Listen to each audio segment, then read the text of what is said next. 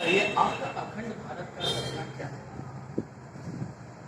जैसा कि हम सब जानते हैं, यह जो आज का भारत है, यह हजारों हजार वर्षों से धीरे धीरे टूटता आया।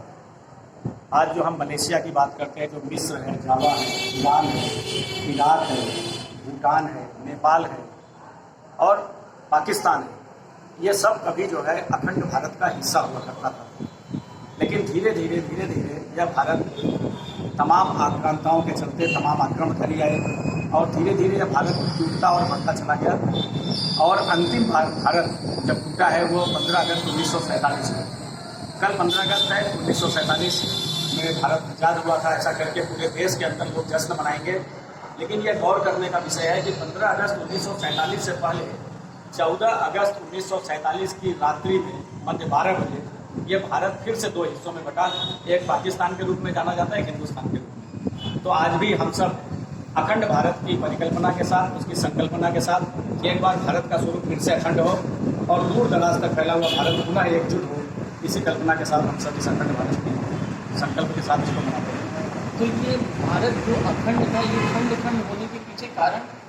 उसका कारण ये था कि हम अपने धर्म और संस्कृति से विमुख हुए और कहीं न कहीं जो हमारे विदेशी आक्रांता थे, जिन्होंने भारत के ऊपर आक्रमण किया, जिन्होंने अपने धर्म और संस्कृति से विमुख करने के लिए मजबूर किया, आक्रमण किया। जिस तरह से आसुरी और सात्विक शक्तियाँ हमेशा से रही हैं, असुरों ने हमेशा सात्विक शक्तियों को परेशान किया, साधु संतों को हरास किया।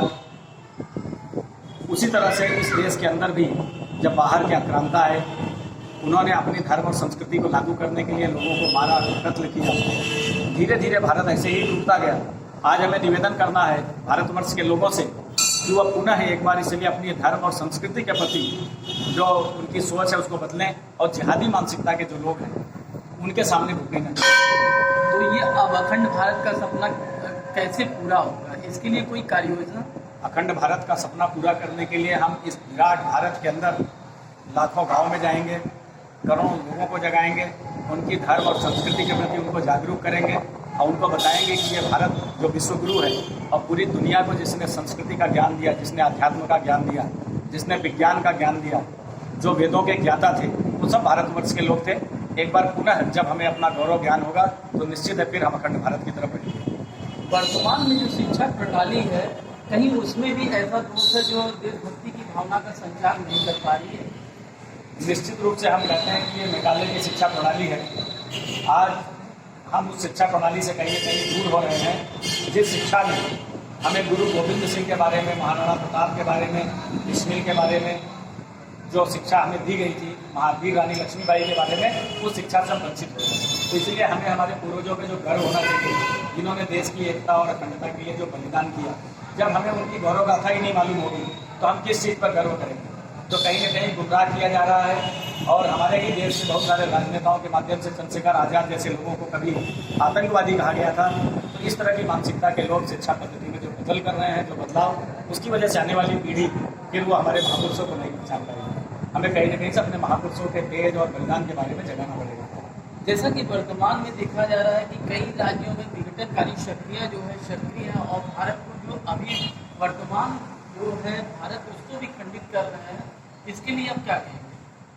देखें, इस देश के अंदर जो सरकार है उसकी नैतिक जिम्मेदारी है। जनता से ज़्यादा सरकार की जिम्मेदारी है कि जो अलगाववादी ताकतें हैं या जो देश विरोधी गतिविधियाँ करने वाली ताकतें हैं, उसके खिलाफ सख्त कानून बनाए और देश के संदर्भ में किसी भी प्रकार का आतंकवाद, किसी भी प्रकार का अलगाववाद या भारत माता के प्रति किसी भी प्रकार का कोई अगर दुष्कृत्य करता है उसको कड़ी से कड़ी सजा दे। ये सरकार का दायित्व है। हम तो जगाने का काम करते हैं और सदैव जगाते रहेंगे।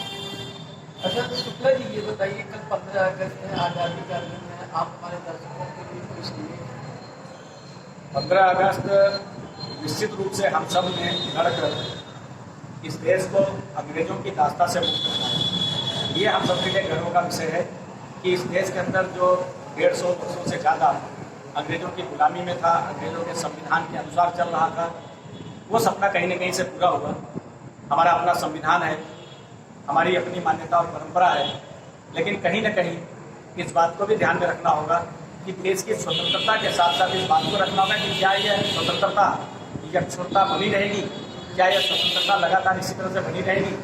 स्वतंत्रता का जो मायने में हम लोगों ने जिसे लिया है तो उसको सही मायने में लेना होगा।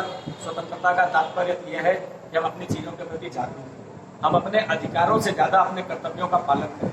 अगर हम अपने कर्तव्यों का पालन करेंगे ठीक तरीके से तो निश्चित है स्वतंत्रता बनी रहेगी। देश सर्वोपरि है, भारत माता सर्वोपरि है, मेरी माता की भी माता भारत माता है, और राष्ट्र धर्म सर्वोपरि है। इस देश के अंदर हिंदू है, मुसलमान है, ईसाई है और भी अलग अलग मत पंथ को मानने वाले लोग हैं, लेकिन जब सबके मन में ये होगा कि भारत माता ही सबकी माता और राष्ट्र धर्म ही सबसे बड़ा धर्म है तो निश्चित है इस देश की एकता और अखंडता भी बनी रहेगी।